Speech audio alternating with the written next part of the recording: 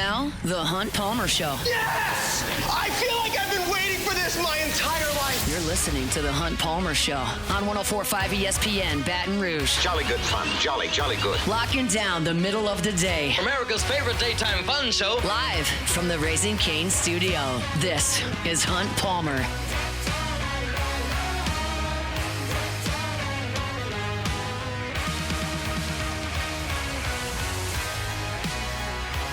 Welcome in. Hunt Palmer coming to you from the Raising Cane studio downtown in the capital city on this Monday. Means we're brought to you by Guarantee Health Solutions. Got Jordan Kitchens, Cassie Spazzali back there on the ones and twos. Fired up, you're hanging out with us. Hope your work week's off to a good start. Better start than pretty much every LSU athletics program had over the weekend. We're going to talk about a lot of it over the next couple of hours. Also, the NFL news wire is heating up with free agency agreements and signings. The Saints have been involved on both sides of that spectrum early on, so we'll get into some of that discussion in 15 minutes. Matt McMahon was asked about his future in Baton Rouge after the LSU's loss on Saturday. We'll get to that sound a little bit later on in the hour. Buzzy Heidel going to be with us at 2 o'clock. Tiger National Champion, member of the LSU Sports Radio Network. He'll try to unpack what we saw this weekend. That's where we're going to start today with our opening drive. Welcome to the big league. It's time for Hunt's Opening Drive. Presented by Fabry Chevrolet GMC in St. Francisville. I told you to calm down. I said, calm down. Calm down. Yeah, they lost on Monday. Yeah, they lost on Wednesday. But these issues aren't cropping up on the weekends where they've been a perfect 9-0. Don't worry, I said. And then LSU went out on Friday. Kason Evans was perfect through 5 innings. And they bashed 15 hits for 15 runs with 6 homers in 5 innings of offensive production. And it felt like just a big exhale. All right, we're good. Jake Brown's hitting homers. Stephen Milam's hitting homers. Derek Curiel hitting homers. We're rolling. And then they played Saturday. And then they played Sunday. And it was right back to what last week looked like. Over the final 2 games of the series against Sacramento State, LSU totaled 9 hits. Only 2 of them were for extra bases. They only scored 5 total runs in 2 games. And they lost them both. And so now the questions are fair. The questions are fair. They have not hit for 2 weeks. So as I look at this, I look at an offense that was phenomenal for 2 weeks and has been awful for 2 weeks. And so I try to wrestle with that. What does that mean? And ultimately, I think it probably means they're not the team that blitzed everybody for 2 weeks. And they're not the team that has been awful for 2 weeks. They're probably somewhere in the middle of that. And how close they are to either extreme will indicate ultimately how the next 10 weeks go. I wrote some numbers down for LouisianaSports.net's Around the Horn piece this morning. And this is pervasive throughout the entire lineup outside of 2 guys. Jake Brown and Derek Curiel are hitting. Over the course of the last 8 games, they both have 11 hits. That means they've gone 22 for 59. They're hitting .373 as a duo. They've got 8 extra base hits over the course of those 8 games. Those 2 guys are swinging the bats. The rest of the lineup is not. And I will go through the numbers. I know that numbers don't play great on radio, but you'll get the point of this. Cade Arambidi is 3 for his last 23. That is a 130 batting average. He's got 1 extra base hit. Zach York is 5 for his last 27. That is a 185 batting average. He's got 2 extra base hits. Stephen Milam, 4 for 27. That's 148. A 148 average. Trent Carraway, 4 for 22. That is 181. It's a 181 average. Seth Dardar, 3 for 23. That is 130. Cade Arambidi, Zach York, Stephen Milam, Trent Carraway, Seth Dardar. Batting averages 130, 185, 148, 181, and 130. And I'll toss Braden Simpson in there at the end. He's not playing every day, but he's 3 for his last 13. That's 231. He does not have an extra base hit in that time. You can't win like that. There are 6 guys, 7 guys in the lineup every day that over the last 8 games have got just giving you nothing. Here's my – I've stewed on this for 2 weeks, y'all, like everyone has. I've stewed on this for 2 weeks. I've watched every pitch.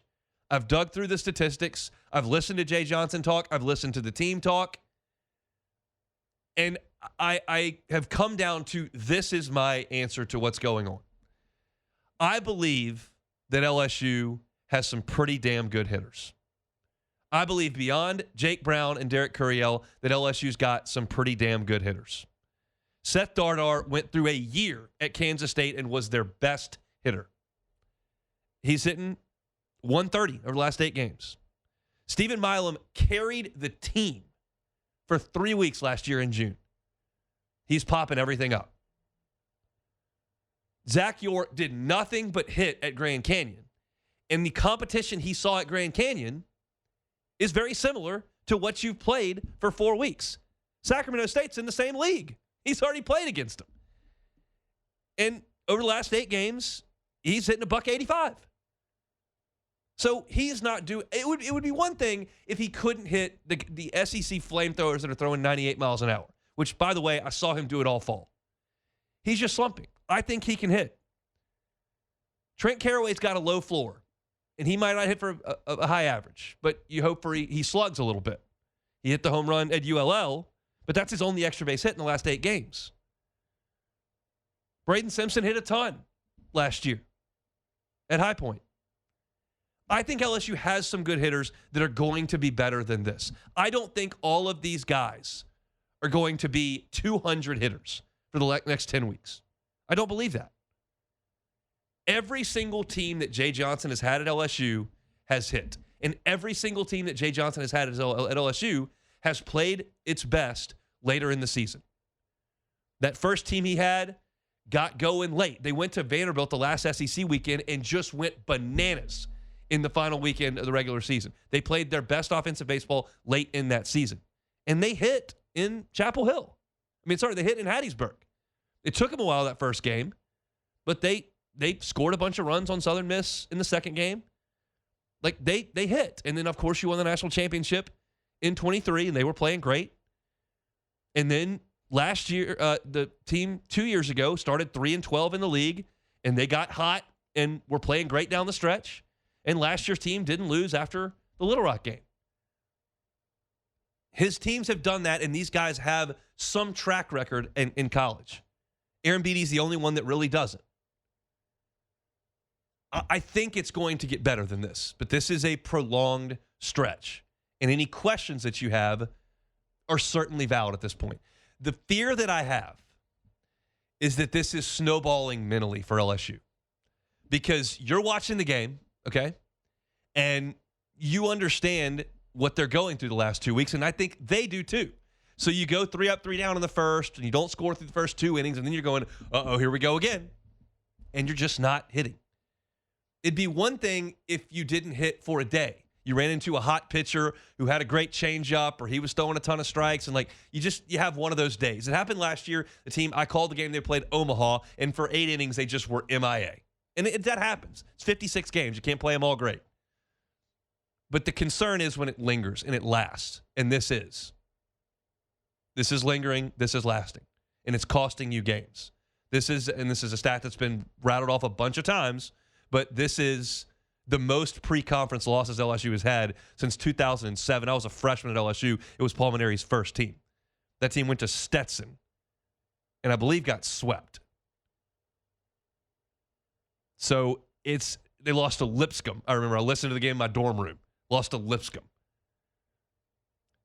You're not seeing elite pitching. You're just not hitting the ball hard enough. You're not creating enough opportunities. I put the statistics on my piece in Around the Horn. You're talking about a team that over the losses that they've suffered over those 4 losses, they hit 193 across those games. And if you take Friday out of the mix from this past week, which is cherry picking, I know, but it drives the point home. On Saturday and Sunday, you had 7 extra base hits and 135 at bats for the week. You were 3 for 73 with runners on base over the course of the week. That's a 178. You were 6 for 40 with runners in scoring position. That is a 150 average. You're just not stringing at bats together. You're not hitting the ball hard. You're not slugging. And it would be one thing if this is all new guys, and then I would panic and go, maybe they're just not very good. But I've seen these guys be better than this against this level of competition. So my feeling is that it's going to get better. And the beauty of this thing is you have a 30-game eraser at your ready. Because if you go out there and beat Vanderbilt 2 out of 3 this weekend, you better play a lot better than you have been. If you go out there and beat them 2 out of 3 this weekend, you'll forget what happened for 2 weeks. You'll feel like you went on the road, played Vanderbilt, got a couple of wins. You just move on. And the SEC has enough juice to it where you can overcome all this stuff. It's tougher when you lose league games to make up for it. But when you lose these games, you can make up for those with 30 SEC games, especially when you win on the road. But you've just got to play a lot better than what they're doing. And Jay Johnson's pulling every lever that he can. He's played Daniel Harden. He's played Mason Braun. He's played Omar Cerna. He's gone with John Pearson at times. Gone with Braden Simpson, then goes with Dardar. He put Jack Ruckert in there over the weekend. Like he's pushing buttons. He's pulling levers. But you're just not getting anything beyond Brown and Milam. And the good news is you got Brown and Milam. Those guys are dudes. Brown and Curiel, and those guys are dudes. And hopefully you get Stanfield back here pretty soon, and you know what he is after 3 years in the Southeastern Conference. And I think LSU is going to be okay. This is a prolonged stretch, and I'm willing to entertain the fact that this offense may have some issues. Entertain it. I'm not there yet, but I understand if you are, because they're just simply not swinging the bats. They caught the ball a little bit better this weekend. Like to see Mason Braun make a play in left field yesterday. But they played a little bit better defense. They're not swinging the bats. I'm going to talk about the pitching in 15 minutes, and I'm actually encouraged by what I saw over the weekend from Evans and Schmidt, and Moore kept them in it. But you've got to score more than they are, and they're just in a funk offensively, and it's lingered now for 2 weeks. 2 really good weeks, 2 really bad weeks. It's probably not as good as the really good. It's probably not as bad as the really bad, but where does it level out in the middle of that? We'll have to see. Got to play Creighton tomorrow, and then you got to get on a plane, go to Nashville, and get this thing started. You can win 18 league games, you'll be fine. But you got to swing the bats to do that. That's our opening drive. Our Monday shows are brought to you by Guarantee Health Solutions. Step aside, come back. Big news out of New Orleans. The end of an era. Talk about it next. The Hunt Palmer Show. Gotros Outdoor Power. Gotros Outdoor Power. If you're looking for a zero-turn mower, Gotros needs to be your stop. They've got the largest Hustler inventory in the state between their 2 locations, one on Airline Highway, I should say. Airline Drive, Demario Davis, next segment. Airline Highway here, Baton Rouge. They've got a huge selection of Hustlers. That grass is growing now. The weather's warmed up. It's time to get behind the wheel of that mower and make things happen. If you need a new one, go to Gotros Outdoor Power. They're open Monday through Saturday. Family-owned and operated. Shop with the local guys. They got incredible customer service. If you need that part delivered, if you need that piece of equipment delivered, they've got trucks that are running 8 hours a day every single day. If you're looking for financing, they can get you behind the wheel of a new zero-turn mower for $100 a month. It's an incredible deal. So go check them out. Gotros Outdoor Power. Check them out online at GoTrosOnline.com. GoTrosOnline.com. You're listening to The Hunt Palmer Show, brought to you by Guarantee Health Solutions. Guarantee Health Solutions, guiding healthcare forward. GuaranteeHealth.com.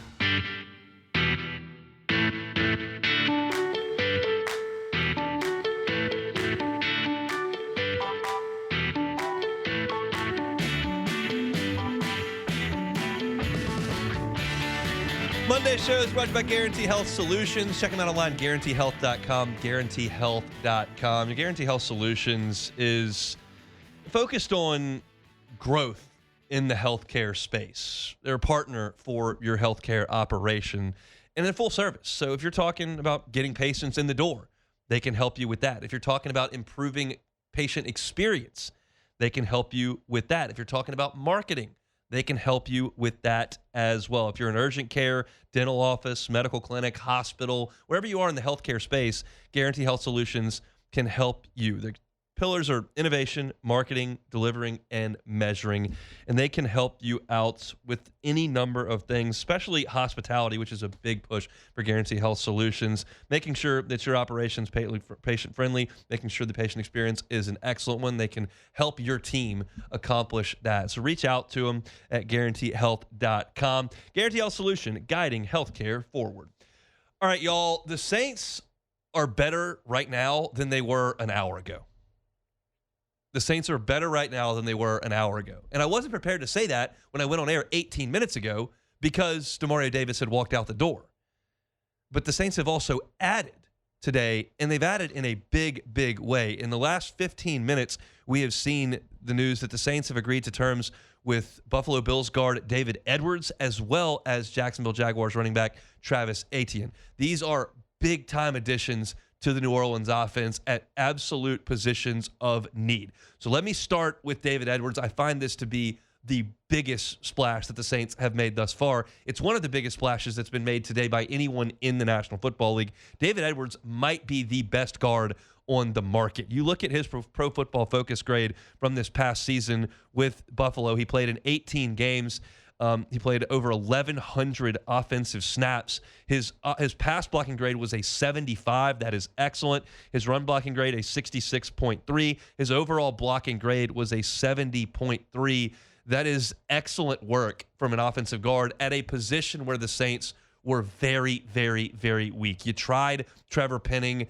That was whatever. You had to plug that hole when you traded him off, and you got some reasonable snaps from Radens, but this is a significant upgrade at a position of need. And when you insert David Edwards in there at left guard, you bring your potentially all-pro center back into good health in Eric McCoy. Your tackles are a year older and grown up a little bit, and then you've got Ruiz at right guard. But all of a sudden, your offensive line looks like a potential strength when it was very much a weakness, especially on the interior last year when you lost McCoy and you didn't really have a left guard and Ruiz is weak. The interior of your line was just awful, and that's a terrible spot to put your young quarterback in, but that's what the Saints did, and Shuck still was able to play through that. Now he should have a solid group up front, and hopefully you can run the ball a little bit.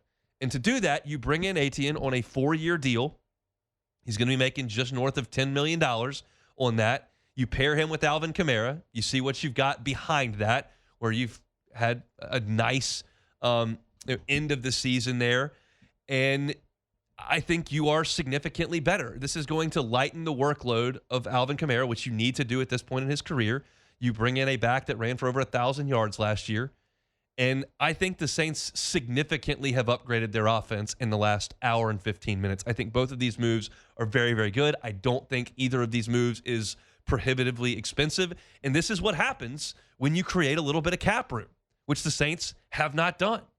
So this plan of chilling out on these restructures and stopping putting things down the road has allowed the Saints to breathe a little bit and go upgrade their team in veteran free agency. And I think these two moves make a ton of sense.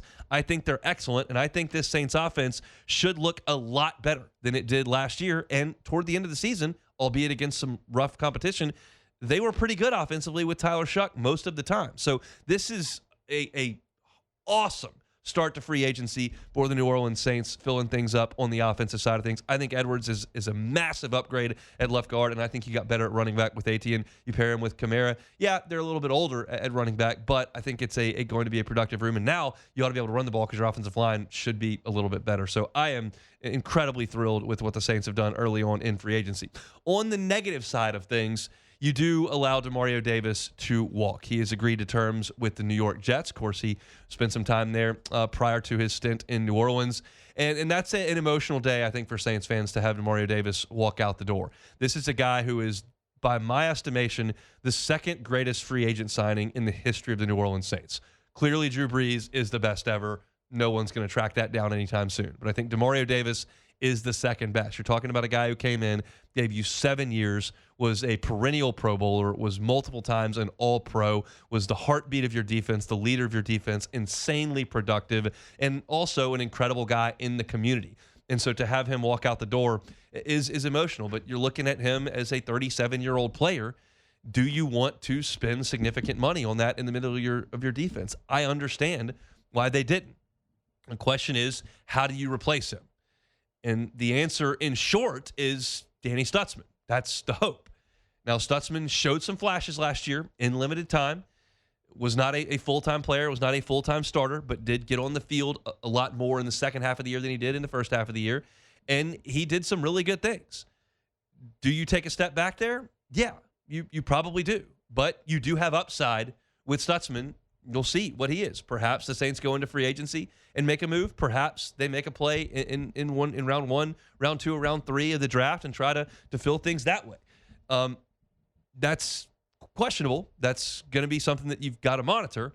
But we all knew that this was a distinct possibility, that Demario Davis might be walking out the door, and he has decided to do that. He wasn't going to take another discount. Demario's probably been a little bit underpaid for the majority of his time in New Orleans. For how productive he has been, you probably got a pretty good deal, and he just wasn't willing to do that on his last contract. So he gets a 2-year deal with the Jets, and he'll move on and play probably the final 2 years of his career there in New York. Saints have to move on. I'm okay with that, and we talked about it on Friday with Cam Jordan and Demario Davis. You didn't need to pay them based on what they've done or what they've meant to the organization. You were going to need to pay them what you feel like they're going to produce on that contract. And if you feel like you can spend your money better elsewhere, I'm okay with that. They've got to make a play and figure something out there in the middle of their defense, but it's something that they have time to do. It's now a question mark for this team moving forward. I don't have questions on the offensive line anymore. I don't have questions at running back anymore. The questions now arise in the middle of your defense, what you're going to do in Demario Davis's spot, and I think that there are some options there. It's interesting to watch how these free agent signings happen and then look at how it may shape how you draft. I don't know that the Saints are going to go out there and sign a running back to a 4-year deal and then go draft Jeremiah Love. I don't think that would be a prudent decision. So you start to look elsewhere at where you would use that number 8 pick, and it starts to feel more like that is a wide receiver or a potential edge rusher. That's what it kind of feels like, because you've shored up offensive line. You're not going to take an offensive lineman at that pick. You've shored up running back. You're not going to take a running back with that pick. So now you start to look to the outside. I don't know that you would take somebody in the middle of your defense at the 8th pick either.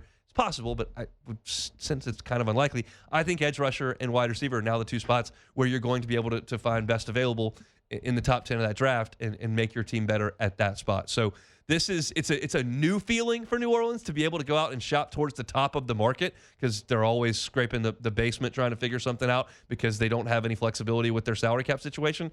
They finally do have that flexibility, and they have made it happen. I think, as I mentioned to start this segment, the Saints are significantly better in my estimation right now than they were an hour and a half ago, and that's a very, very exciting thing. I think this offense has a chance to be really good in year 2 under Kellen Moore, year 2 for Tyler Shuck. Now your offensive line looks like a strength. If you can add a playmaker on the outside, you've added one behind Tyler Shuck at running back and Etienne. This looks like a functional group, where last year you were trying to kind of cobble things together. Made it work. Chicken salad out of you-know-what, but this now looks like a position player group that should be significantly improved. That's a very exciting thing for New Orleans Saints fans. Mickey Loomis off to a good start here in free agency. If you're just jumping aboard, Saints have made a move, and they have acquired David Edwards via free agency. Also went out and signed Travis Etienne to a 3-year deal. So good stuff for New Orleans as they move into veteran free agent. Ross Jackson's all over at LouisianaSports.net, writing the stories up, and we'll certainly let you know if anything else happens over the course of the next 90 minutes. But there's excitement on the side of the offensive, and there's some emotion with the departure of Demario Davis, who, as he told Matt Moscona a Super Bowl week, that he'll always have a special place for New Orleans in his heart. He'll always come back and help that community, but he'll probably finish his playing career there with the New York Jets. Jordan, your thoughts on the comings and goings of the last 3 hours? I just want to start off with Demario. Yep. You know, it's great man on and off the field. I appreciate everything he's done for not only just the city and just the team, leadership-wise, but at the end of the day, when you have a guy like that wants to get paid and a team is willing to give him $15 million fully guaranteed, by all means, go make your money. By all means, go make your money. So it's hard to see him go, but you feel that Stutzman, it's time for him to take that step up. You know, we'll see finally what Pete can do. All right, Pete, now you're the man, so we're going to see what they got going on. But like I said, I told you before we got into this, I'm a little snake bit because I wanted Jeremiah Love at 8, but I cannot act like Travis Etienne is not legit. One of my favorite, fantasy football-wise, I get it. One of my favorite running backs. Can catch the ball, kind of like a younger version of Alvin Kamara if we're really getting at it, like his play style. He's a touchdown getter. Yeah. He scored more touchdowns than anybody in ACC history when he was at Clemson. A beast at Clemson. So production-wise, and he's coming off a good year. But again, the main thing, like you said, was finally shoring up the offensive line, getting rid of these clowns at guard. Now, I would like to get number 51 out of here. I'm not even going to say his name. He's under contract. He's locked in. He's locked in. Paid. You got to get him out there. He's locked in. So we're going to run him to the wheels fall off. But this is what you're supposed to do. You have a young quarterback, and you're finally building up the line around him. He's not running for his life. They're not going to take an offensive lineman in the first round. How about that? Oh, well, there's nowhere to put one. Don't speak too soon. Mickey might be like, hey, we'll take a tackle. We'll move in the right guard. Like, don't speak too soon. We shall see. All right, that's a look at the New Orleans Saints. When we come back, I didn't talk any pitching for LSU baseball in the first segment. I think it's noteworthy. Let's talk about it coming up next. The Hunt Palmer Show. I'm telling you about my friends over at Auctioner, auctioner.org. Auctioner.org is the website. Of course, all February long, we told you about the Heart Month. Big deal. Pay attention to your heart, right? Well, now we're into the month of March, and they want to talk about Colon Cancer Awareness Month because that's what we're in here with March. Colon cancer is common, but it's preventable, treatable when it's caught early. So screening can detect precancerous polyps before they turn into cancer. Adults should get screened starting at age 45. So anybody with a family history of colon cancer, maybe a little bit earlier, but 45 should be that start date for getting checked out. Those experiencing symptoms like persistent abdominal pain, some bleeding, or changes in bowel habits should not delay care. Even if you feel healthy, screening is still very, very important. So schedule an appointment at auctioner.org/schedule or through the My Auctioner app. That's auctioner.org/schedule. You're listening to The Hunt Palmer Show, brought to you by Guarantee Health Solutions. Guarantee Health Solutions, guiding healthcare forward. GuaranteeHealth.com.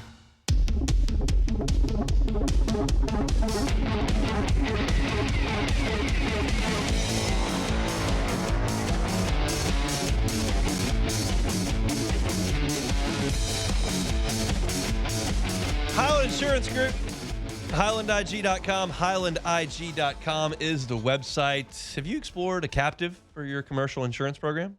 If you have not, why? The Highland Insurance Group's happy to have that conversation with you. If you feel like you pay a sizable amount in premium, you've got good loss history, good risk prevention, well, maybe a captive is for you. It could be a game changer for your bottom line. I believe captives are kind of the future of insurance. It was trending that way when I was in the industry, and not every broker has access to captives. So if you're a sizable business, you pay a lot in premiums, and you don't have a lot of loss history, ask Jonathan Carpenter's team about captives. If your broker hasn't brought that up to you, Jonathan's happy to have that conversation. Check them out on HighlandIG.com. Could truly be a game changer for you in how you manage your insurance costs if you can get into a captive if you are a fit. They're online at HighlandIG.com. It's HighlandIG.com.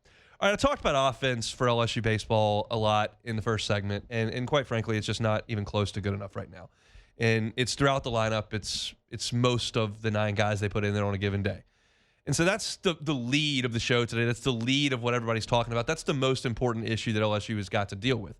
However, there are other aspects of the game, and I think the most important aspect of the game is starting pitching. And I do believe in LSU's starting pitching right now. Now, keep in mind, Sacramento State did not hit at all before LSU, the weekend with LSU. They had been awful offensively. So I keep that in mind as I'm going through my assessment of what LSU did on the mound this weekend. But Kason Evans was the best he's been on Friday by a good bit. He was dialed. He was perfect through 5. His fastball touched 99 in the first inning. He was throwing strikes. I mean, he had 4 wild pitches entering Friday. Didn't have any of those issues. Was not walking guys. He only went to 3-ball counts twice. He struck both guys out. He had the changeup working. He had the breaking ball working in for strikes. He was commanding things. I loved how he was throwing the fastball to the glove side. Like, he was exactly what it's supposed to look like through his first 5 innings on Friday. And I was more so assessing what his pitches looked like than the results they were getting against a bad offensive team. But I know what it's supposed to look like. And it's 95-96, good breaking balls. Changeup was awesome. And yeah, he gave up some hits, but it was 15-0. Like, I'm not too worried about it in the 6th inning. He only lasted 5 2/3, gave up 3 hits there, accredited with the 2 runs. But 9 strikeouts, no walks. That's encouraging. When I take Kason Evans' last 2 innings of his start last weekend, and then the 5 2/3 that he threw on Friday, he's starting to figure some things out. And that is very, very encouraging because you have to have your Friday guy set the tone in Southeastern Conference play, and you have to have a guy you can send out there that you feel really good about in the first game of a regional, in the first game of a super, in the first game of a College World Series. And Evans took a step toward that on Friday. I'm fully aware of what Sacramento State is and is not. So I'm not here to crown the guy after that outing on Friday. I'm just saying I really liked what I saw. It was impressive start to finish. The pitches had the right shape. They were in the right location. His velocity was really good. I thought he was great. That was a big, big step forward for me over the weekend. William Schmidt, his line score is not great. 5 2/3 innings, 4 hits, 4 runs, 3 of them were earned. But he could have gotten out of that with no damage if Mason Braun makes a play in left field or if either of the guys that Jay Johnson brought in got it out. He goes to Cooper Williams, who immediately hits a guy. Then he goes to Guidry, who immediately walks a guy, and then you give up the single, and then the 3 runs come in. William Schmidt was out of the game by the time runs came across. What I'm more concerned about, rather than the 3 runs, is the fact that through 5 2/3, he didn't walk anybody, and he struck out 8. And his fastball command looked really, really good. His breaking ball looked fantastic. He threw a couple of really good changeups, got an early strikeout on a changeup that the hitter took. It was fantastic. That's a pitch he's been working on. That's a pitch that it adds to his repertoire. And when you couple William Schmidt's outing from last week and this week, he's also moving up. And the biggest indicator of what LSU is going to end up being this season in SEC play and beyond that is Evans and Schmidt getting close to their ceiling. Cooper Moore is going to be what he is, and I'll talk about him in a second. But the ceiling on Evans and Schmidt is just astronomically high. And if those guys can reach that, LSU's going to be a handful. If they don't, and they walk guys and they get behind in counts, then all of a sudden LSU is compromised. And while the weekend was massively disappointing from a wins and losses standpoint and from an offensive standpoint, if I can separate the wins and losses and the offensive effort from the 2 guys who LSU needs to be horses, I can look at those and assess and go, yeah, the line scores aren't perfect, but for the vast majority of their outings, they were in complete control. That is very, very encouraging, I think. So I think that you're talking about 2 guys who took a step forward in their final pre-conference tune-up. We'll see what they can do against Vanderbilt. When you look at Cooper Moore and what he did, he didn't have his stuff. And sometimes you're going to go out there if you make 14 starts in a regular season and you're just not going to have your stuff.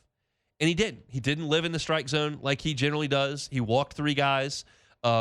His changeup just wasn't as sharp as it has been. He gave up 4 hits, but he kept LSU in the game. And he got into the 5th inning. He only allowed 1 run, and then he let go of the baseball. But he gutted through it and kept LSU in games. And I think that's a good sign of a guy on Saturdays or potentially on Sundays that when you don't have your A stuff, you can still keep your team within striking distance. And I thought that Moore absolutely did that in the game on Saturday. His offense was giving him no help whatsoever. I think they had 1 hit through 7 innings as Moore was out there for the first 4 2/3. So the offense is giving you nothing, and he kept a poor Sacramento State offense, yes, but he kept LSU right there in the game. That's veteran, that's gritty, that's gutty.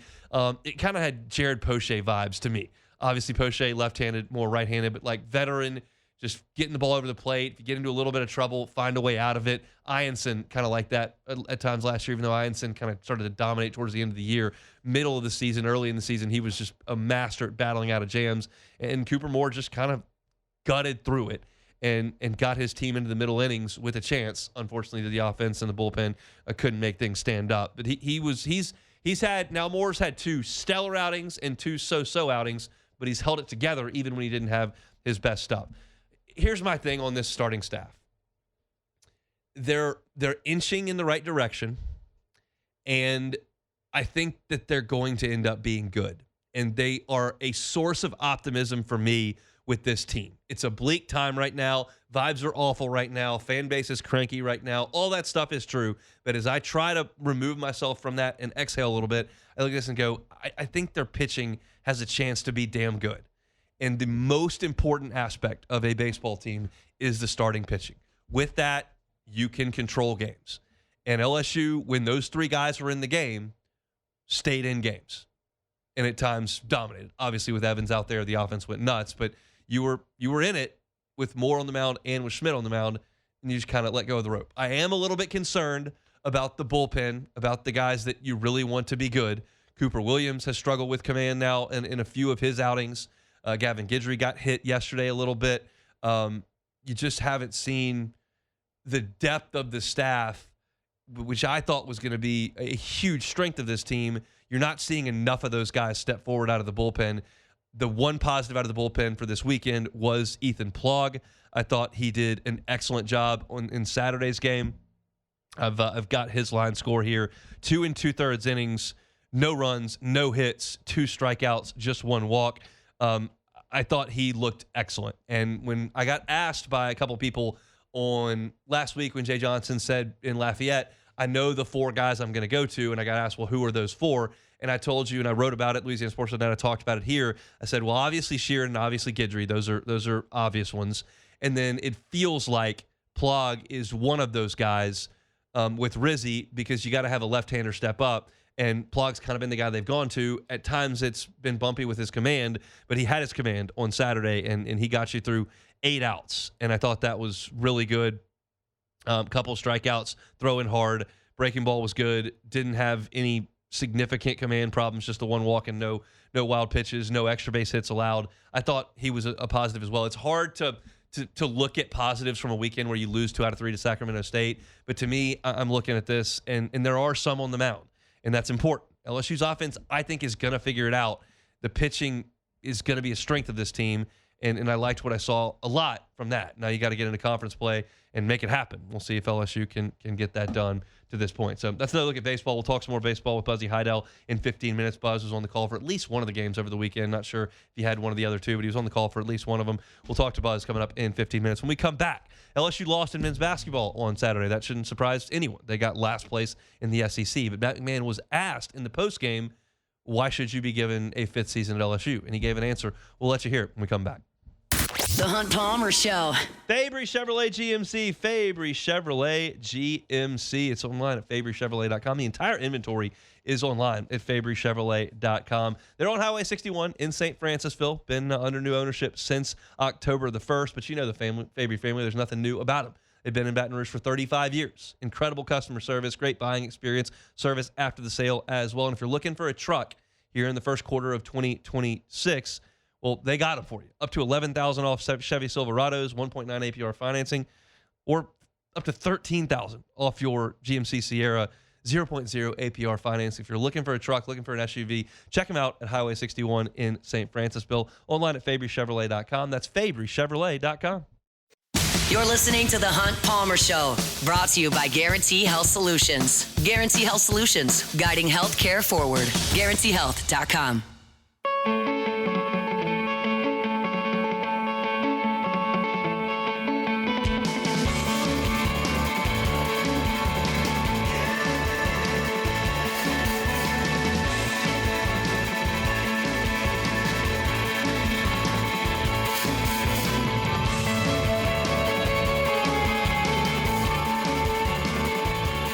Remind you about Lifetime Roofing.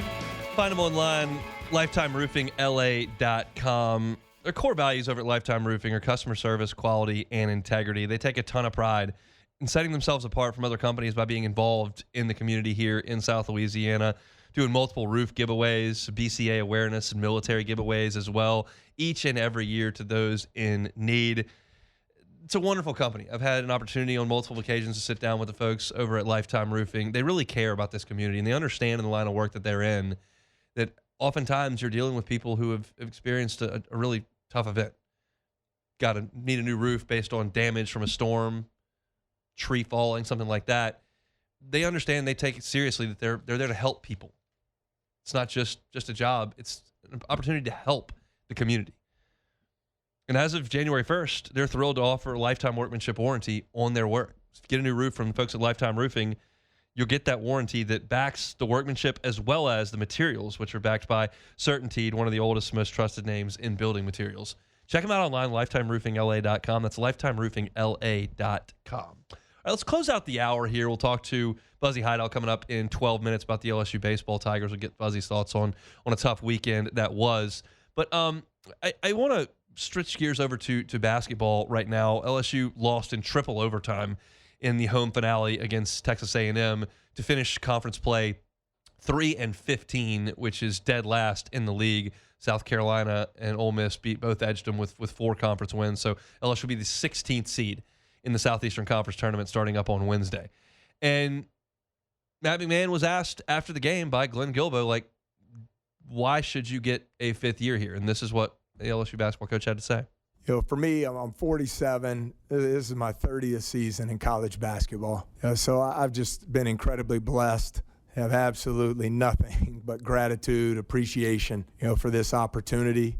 With that, the 30 years experience, I also understand what comes with the job from an expectation standpoint. And I share in the disappointment and frustration, that we haven't gotten the results we wanted to this last 2 months. That's my responsibility. With that said, I absolutely love LSU. I love our core group that returns next year. I think we have great administration and leadership team here at LSU, and so clearly I'll respect whatever decisions that they make moving forward. It's that's the kind of answer I would expect from Matt McMahon. He has, throughout his time at LSU, just always been incredibly mild-mannered at the mic. That's just the way he handles it. And y'all have heard me a billion times say, I don't really care how you handle press conferences. I don't care how you handle injury reports. I care about the product on the field or on the court. And LSU's product on the court has not been good enough. I believe in Matt McMahon's 4 seasons that 2 of them he had no chance. I don't think he had any chance his first year, and I don't think he had any chance last year. I think in year 2 he had a chance. He went 500. And I think this year he had a chance. And I think the roster was put together in a flawed way. Now, unquestionably, it is a bad break to lose your point guard and your power forward, who were probably the 2 highest paid players on the team. That's a terrible break. But I think even with those 2 guys, this would have been a bad defensive team and probably not a team that would have made the NCAA tournament. The non-conference schedule was weak, and they feasted on it. They shot it great against SMU. They absolutely blitzkrieged a poor DePaul team, and they crushed all the tiny mid-majors that they played. And we just didn't know what it was going to look like when league play rolled around. And by the time it did, Thomas got hurt, and you're just not really sure. But I don't think this team would have been good on defense. And the fact of the matter is that through 4 years, there's not been an identity to LSU basketball. You don't say, oh, well, they're really good defensively, or, oh, they run great stuff on offense, or, oh, they're one of the fastest teams in the country, or, oh, they rebound like crazy. Like, you point to teams and programs, even as the pieces change, and you kind of know what you're going to get. Rick Barnes is always going to have Tennessee playing really tough physical defense. Doesn't matter who's there or who isn't. That's what they're going to do. Doesn't matter who comes in and out of Alabama. Nate Oates is going to have guys that can shoot threes. They're going to score a ton. When Buzz Williams was at Texas A&M, they were going to out-rebound everybody. Now they've got Bucky McMillan over there. They're going to press. They're going to shoot threes. They're going to play fast. Like, there are identities of these programs. LSU doesn't have one. I have no idea what LSU's trying to be under Matt McMahon. And the truth of the matter is that it's been the worst 4-year stretch in the history of LSU basketball. I think he's working hard. I think he's trying. I think he's caught some terrible breaks. And I think it's a hard job in this era at LSU, where your men's basketball program is playing like sixth fiddle on campus. But the job has not been done. And I believe the decision on whether to keep Matt McMahon or fire him was made weeks ago. I think that decision was made weeks ago. I don't know what it is, but I do believe we're going to find out in the next 10 days, because they're going to lose to Kentucky on Wednesday, and they're going to come back, and they're going to have their exit meetings, and Verge will sit down with Matt McMahon, and that conversation will happen. So by this time next week, you'll have your answer on how much LSU cares financially about men's basketball. That you will get that by this time next week. Because they'll be back in Baton Rouge on Thursday of this week, and that gives you Thursday, Friday, Saturday, Sunday into Monday, 5 days postseason. The decision will be made. I don't know what it is, but there's nothing that can happen on the floor that would change things. You either have the money and are invested enough to spend it, or you don't and you punt. That's where things are. And so I don't have a gut feeling on it. If you made me guess, I would guess that Matt McMahon is back at LSU. But I feel 0% conviction in saying that. Neither outcome would surprise me. But in year 4, you got dead last in the SEC. And LSU shouldn't really be dead last in anything. There's just no reason for that. And I get the injuries. And I am understanding of year 1 and year 3. Last year, you were so far behind the boat in spending, it just wasn't going to happen. But you caught up this year. And the team that got put together was really bad on defense, and then your best player got hurt. No question he got bad breaks, but the results are the results. And as he said, he shares LSU's frustration. I'm curious if there is actual frustration or if it's just apathy at this point. I like Matt McMahon a lot. He's been incredibly great to me. I've had him on the show multiple times, interview him every year pre-game. He's invited the media to practices and chatted with us, and he's been nothing but great. But wins and losses are wins and losses. He understands that, and there's just way too many losses and not nearly enough wins. But LSU's got to make its decision. I think they'll make it in the next 7 to 10 days. All right, we'll take a time out. We'll pause for National Headlines and Sports Center. When we come back, Buzzy Heidel, national champion, member of the LSU Sports Radio Network, talking LSU baseball. What's wrong? We'll get the buzz from that coming up next.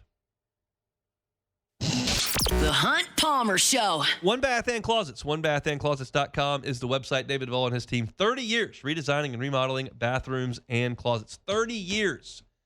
Go with the guy that's been doing it for 30 years. Go with the company that's licensed, bonded, insured. Go with the company with the master plumber. Don't go with the handyman down the street who you're going to pay in cash. If you've got a malfunctioning toilet, malfunctioning bathtub, shower that needs to be replaced, let David Duvall and his team do it. Go look at the pictures of their great work at OneBathAndClosets.com. You'll see they're beautiful, functional, customized to exactly what it is that you need. So if you need a new closet, they can handle it. You need a new bathtub, they can handle it. Need a new vanity, multiple sinks, they can do that as well. All the great work, plus the opportunity to get that free consultation is online at OneBathAndClosets.com. They got financing available, 0% up to 18 months. One Bath and Closets. Check them out online at OneBathAndClosets.com.